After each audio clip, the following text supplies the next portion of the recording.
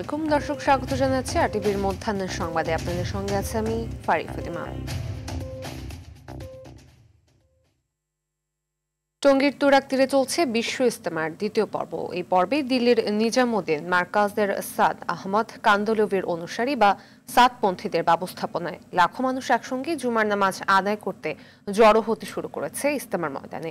বিশ্ব ইজতেমার ইতিহাসে এবারই প্রথম শবে বরাত মিলেছে, এজন্য লাখো মানুষ একসাথে জুমার নামাজ আদায় করবেন, রেখেছেন রোজাও। ইজতেমা উপলক্ষে আগেই প্রস্তুত করা হয়েছিল পুরো মাঠ। দেশের বিভিন্ন জেলা থেকে মুসল্লিরা এসে জড়ো হয়েছে মাঠে। সকালে ফজরের নামাজের পর শুরু হয় আম বয়ান, এরপর খিত্তায় খিত্তায় চলে তালিম। এবারের ইজতেমাতেও বিভিন্ন দেশ থেকে মুসল্লিরা অংশ নিয়েছেন।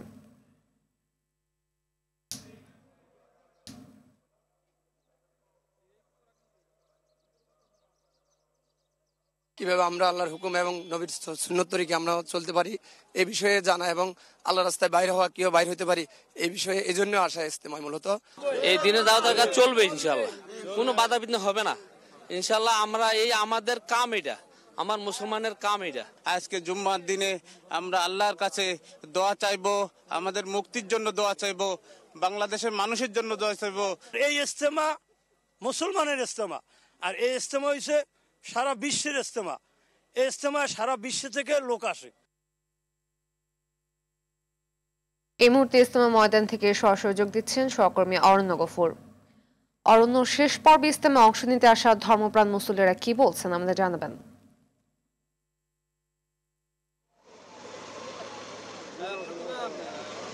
তৃতীয় পর্ব এবার প্রথমবারের মতো কিন্তু ইতিহাসে তৃতীয় পর্ব হচ্ছে, এবং এবার তৃতীয় পর্বে সাদপন্থী বা সাদের অনুসারীরা অংশ নিচ্ছেন। এবং সকাল থেকে ফজরের পর যে বয়ান শুরু হয়েছিল, এখন কিন্তু তাঁবুতে তাঁবুতে তালিম চলছে এবং নসিহত চলছে, যেখানে গুচ্ছগুচ্ছভাবে বা দলগতভাবে স্থানীয় যারা মুরব্বী আছেন তারা তাদের সাথীদেরকে, তাদের অনুসারীদেরকে বয়ান দিচ্ছেন এবং তালিম দিচ্ছেন। তো আমরা পুরো ইজতেমা ময়দান কিন্তু ঘুরে দেখেছি এবং যথেষ্ট শৃঙ্খলার সঙ্গে ইজতেমা ময়দান পরিচালিত হচ্ছে। কোনো রকমের কোনো অপ্রীতিকর ঘটনা বা কোনো রকমের আশঙ্কা কিন্তু কোনো কিছু আমরা দেখিনি, যদিও এই শুরু হওয়ার আগে থেকে অনেক আশঙ্কা করা হচ্ছিল। তবে অনেকেই অভিযোগ করেছেন যে আসলে মাওলানা জুবাইরপন্থীদের পক্ষ থেকে প্রচারণা চালানো হয়েছে গ্রামগঞ্জে, যে ইজতেমা শেষ হয়ে গেছে, নতুন করে আর কোনো ইজতেমা নেই, এমন একটি ইসের ফলে। এবং তার প্রভাবও কিন্তু আমরা দেখতে পাচ্ছি যে এখানে উপস্থিতি গত দুটি পর্বের তুলনায় কিন্তু এবারের উপস্থিতিটা তুলনামূলক কিছুটা হলে পরে কম কিন্তু আমরা লক্ষ্য করছি। তো সব মিলিয়ে এবারের ইজতেমা কিন্তু সুস্থতার সঙ্গে হচ্ছে এবং জুমার নামাজের জন্য সাধারণ মুসল্লিদের কিন্তু আগমন শুরু হয়েছে। কিছুক্ষণের মধ্যে হয়তো আরও বেশি পরিমাণ সাধারণ মুসল্লি আসবে এবং জুমার পরে মূল বয়ানটি শুরু হবে, যেখানে পাকিস্তান এবং ভারতের যে মুরব্বীরা রয়েছেন তারা বয়ান করবেন। তো সব মিলিয়ে সুষ্ঠুভাবেই আপাতত চলছে এবং মুসল্লিরা ইজতেমাতে আসতে পেরে কিন্তু যথেষ্ট পরিমাণ উচ্ছ্বসিত। ফাতিমা, ধন্যবাদ। 2 সপ্তাহ পরই শুরু হচ্ছে মুসলিম উম্মার সবচেয়ে গুরুত্বপূর্ণ মাস মাহে রমজান। সেই হিসেবে হিজরি শাবান মাসের আজকের রজনীকে বলা হয় লাইলাতুন নিসফে শাবান বা শাবান মাসের অর্ধ রজনী। উপমহাদেশে এটি লাইলাতুল বরাত বা শবে বরাত নামে পরিচিত। নামাজ ও রোজা সহ নফল ইবাদতের মাধ্যমে এই রাতটি অতিবাহিত করে মুসলমানরা। এ রাতে ধর্মপ্রাণ মুসলমানরা মহান আল্লাহর রহমত ও নৈকট্য লাভের আশায় নফল নামাজ, কুরআন তিলাওয়াত, জিকির, ওয়াজ ও মিলাদ মাহফিল সহ ইবাদত বন্দিগির মাধ্যমে কাটাবেন।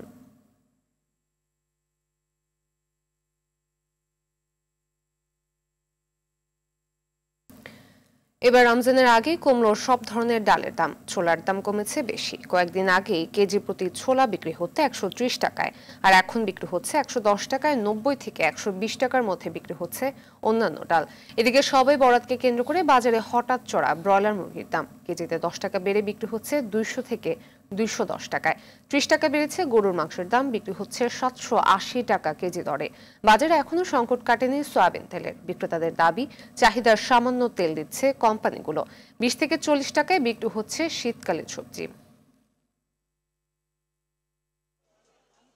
তোলা বুট ছিল 125-30 টাকা, এখন 110 টাকা। যে খেসারি ডাল ছিল 120 টাকা, এখন 110 টাকা। যে মটর ডাল ছিল 90 টাকা, এখন 70 টাকা। 5 লিটার তেল তো ঠিক মতো পাইতেছি না। 5 লিটার দরকার, 10 কার্টন পাই 1 কার্টন, তাও মানে খুব কষ্টকর। বসন্তের প্রথম দিনটি বরণ করে নিতে নগরের সবচেয়ে বড় আয়োজন হচ্ছে ঢাকা বিশ্ববিদ্যালয়ের চারুকলা অনুষদের বকুলতলায়। সকালে সারেঙ্গি বাদন ও শাস্ত্রীয় সঙ্গীতে শুরু হয় এর আনুষ্ঠানিকতা। রাগ, সুর, গান আর নৃত্যের তালে তালে বসন্তকে অভিবাদন জানায় বিভিন্ন সাংস্কৃতিক সংগঠন। হলুদ শাড়ি, রঙিন পাঞ্জাবি আর ফুলের মালা পরে ফাগুনের প্রথম দিনকে স্বাগত জানান তরুণ তরুণী সহ নানা বয়সের মানুষ। বড়দের সঙ্গে শিশুরাও এসেছে উৎসবের রং মাখতে। প্রকৃতির পাশাপাশি ফাগুনের রং লেগেছে সবার মনে। একই দিনে ফাল্গুনের হাত ধরে বছরও পালিত হচ্ছে বিশ্ব ভালোবাসা দিবস। দুই উপলক্ষ মিলে উৎসবপ্রিয় বাঙালির কাছে যেন রঙিন আজকের দিনটি। ফাল্গুনে এসেছি মাম্মি দাদির সাথে ঘুরতে। পহেলা বৈশাখ, পহেলা ফাল্গুন এগুলো তো সবসময় ভালো লাগে, সেই ভালো লাগা থেকেই আসা।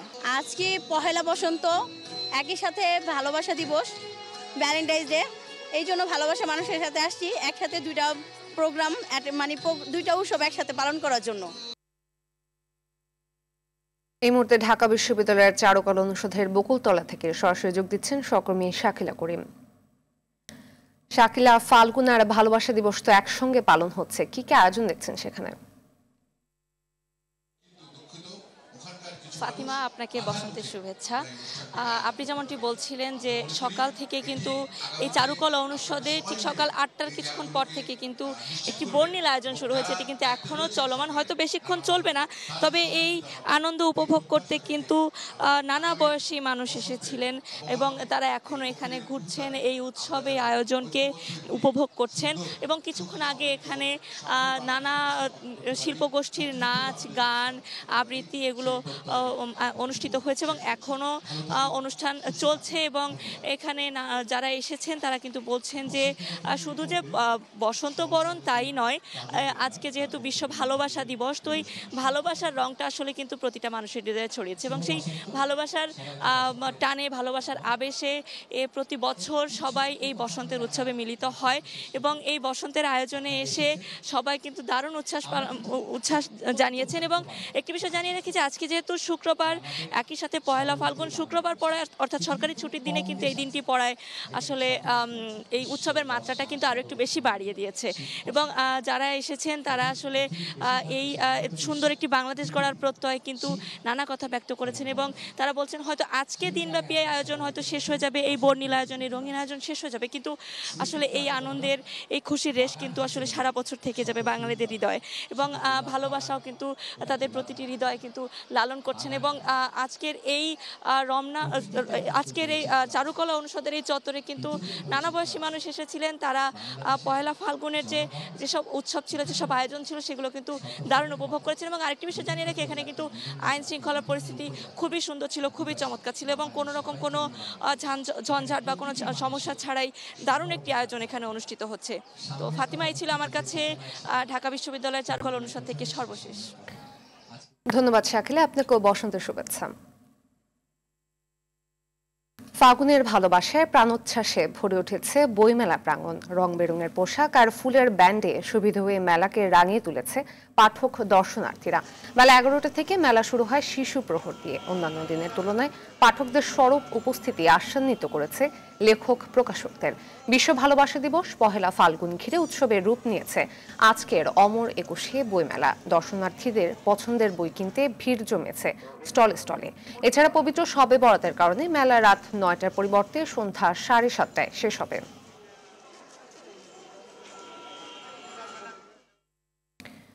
এই মুহূর্তে বইমেলা প্রাঙ্গণে আছেন সহকর্মী সাদিয়া কানিজ, সরাসরি যুক্ত হচ্ছেন তিনি। সাদিয়া, অনেকগুলো উপলক্ষতে একদিনে নিশ্চয়ই উৎসবের রূপ নিয়েছে বইমেলা, কেমন দেখছেন প্রাণের উচ্ছ্বাস?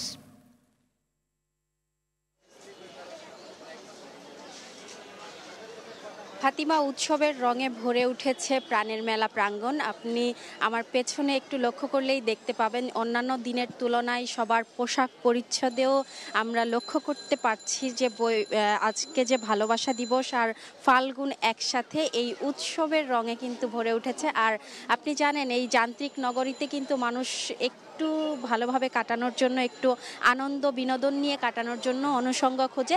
সেই অনুষঙ্গ কিন্তু একসাথে আজ ভালোবাসা দিবস এবং ফাল্গুন হওয়ায় আমরা বইমেলায়ও সেই রূপই দেখতে পাচ্ছি। আর পাঠকদের সমাগম যেমন বেড়েছে, আর আজকে যেহেতু ছুটির দিন সেই জায়গা থেকে শিশু চত্বরেও আমরা ভিড় দেখতে পেয়েছি। শিশুরা পুরো মেলা ঘুরে ঘুরে তাদের পছন্দের বই, তাদের চত্বরে ঘুরে ঘুরে তাদের পছন্দের বই কিনছেন এবং তারা দেখে নিচ্ছে যে কি কি বই, তাদের যেসব পছন্দের বই সেগুলোই কিনছে।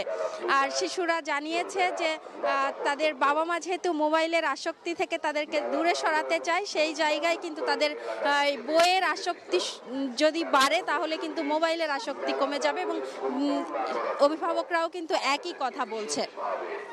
তো সেই জায়গা থেকে আমরা মেলায় দেখতে পাচ্ছি প্রাণ ফিরে পেয়েছে। আর যদিও সকালে কিছুটা কম ছিল, 12টা নাগাদ থেকেই কিন্তু মানুষের সমাগম বাড়তে শুরু করেছে এবং আজকে পাঠক লেখকরা যারা আছেন তারা কিন্তু আশা করছেন যে আজ আরও বাড়বে, বিকেল নাগাদ আরও পাঠক সমাবেশ বেড়ে যাবে, সেটি আশা করছেন। আর আপনি জানেন যে যেহেতু বইমেলায় লেখক পাঠকদের এক মিলন মেলা তৈরি হয়, আমরা এমনটিই দেখতে পাচ্ছি যে আজ কিন্তু পাঠক লেখকদের মিলন মেলা পরিণত হয়েছে বইমেলা প্রাঙ্গণ। আর যেহেতু উৎসব, সেই উৎসবেও কিন্তু মেতে উঠেছে সবাই। আর বড়দের কিন্তু গবেষণাধর্মী বই, বিজ্ঞান ভিত্তিক ধর্মীয় বই, সব ধরনের বই কিন্তু এক ছাতার নিচে পাওয়া যাওয়ার কারণেই কিন্তু সবার আগ্রহ বাড়ে বইমেলায় আসার। আর যেহেতু প্রাণের মেলা, সবাই ছুটে আসেন এই প্রাণের মেলায়, সবাই আজকে ছুটে এসেছেন উৎসবের দিনে। তো ফাতিমা, এই ছিল বইমেলা প্রাঙ্গণ থেকে আমার কাছে সর্বশেষ। ধন্যবাদ।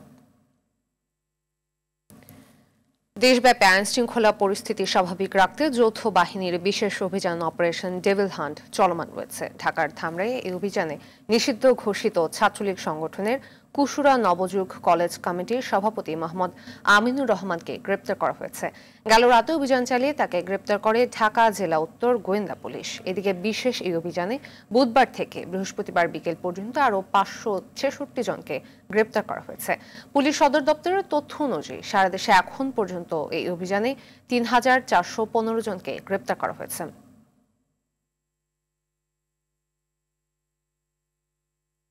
স্টারলিংককে বাংলাদেশে আনতে স্পেস এক্স টেসলা প্রতিষ্ঠাতা ও এক্সের মালিক ইলন মাস্কের সঙ্গে ভার্চুয়াল আলোচনা করেছেন প্রধান উপদেষ্টা অধ্যাপক মোহাম্মদ ইউনূস। বৃহস্পতিবার প্রধান উপদেষ্টার প্রেস উইংয়ের পাঠানো এক বার্তায় বিষয়টি জানানো হয়। কম খরচের উচ্চগতির ইন্টারনেট সংযোগ বাংলাদেশের ডিজিটাল বৈষম্য দূর করতে পারে, শিক্ষা, স্বাস্থ্যসেবা এবং সুবিধাবঞ্চিত অঞ্চলে অর্থনৈতিক উন্নয়নকে শক্তিশালী করার বিষয়ে আলোচনা হয়। এদিকে বাংলাদেশে ইপিজেড করতে চায় সংযুক্ত আরব আমিরাত। প্রধান উপদেষ্টার সঙ্গে বৈঠকে প্রতিশ্রুতি দিয়েছে দেশটির বাণিজ্য মন্ত্রী। প্রশ্ন করেছেন যে ইলন মাস্কের সাথে প্রফেসর ইউনূসের কথা হয়েছে কিনা। আমরা বলছি হ্যাঁ, কথা হয়েছে, বাট এই বিষয়ে আমরা পরে আপনাদেরকে আরও ডেভেলপ করে জানাবো। আমরা একটু কনফার্ম করতে পারি ওনার সাথে আলোচনা হয়েছে এবং এটা সামনে এটার পুরো ডিটেলসটা আমরা আপনাদেরকে জানাবো। প্রফেসর ইউনূস ইউএইর কোম্পানিগুলোকে বলছিলেন যে তারা যাতে বাংলাদেশে তাদের ফ্যাক্টরিগুলোকে রিলোকেট করে।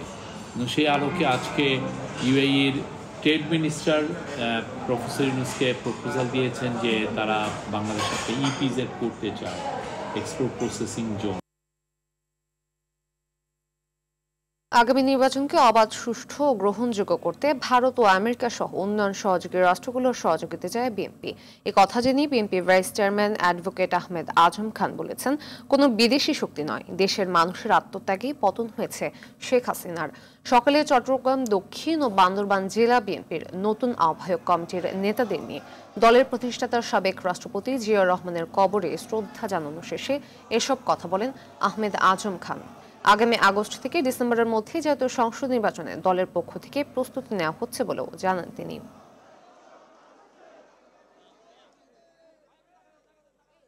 ভারত, আমেরিকা, চায়না, রাশিয়া সকল বৃহৎ রাষ্ট্রগুলোকেই আমরা আমাদের উন্নয়ন অংশীদার মনে করি। আমাদের যে অভ্যুত্থান হয়েছে 5ই আগস্ট, সেটা আমাদের ছাত্র, আমাদের রাজনৈতিক দল, আমাদের জনতা, আমাদের শ্রমিক, আমরাই এটা সংগঠন করেছি এবং এই যে সরকার, এই সরকারকে আমরা সকলে সমর্থন করেছি। সরকার প্রতিশ্রুতিবদ্ধ যে জনগণের আকাঙ্ক্ষা একটি অবাধ এবং নিরপেক্ষ নির্বাচন দেবে। মধ্যাহ্নের সংবাদ পর্যন্তই। দুপুরের সংবাদ 2:45 দেখার আমন্ত্রণ রইল। ধন্যবাদ সবাইকে।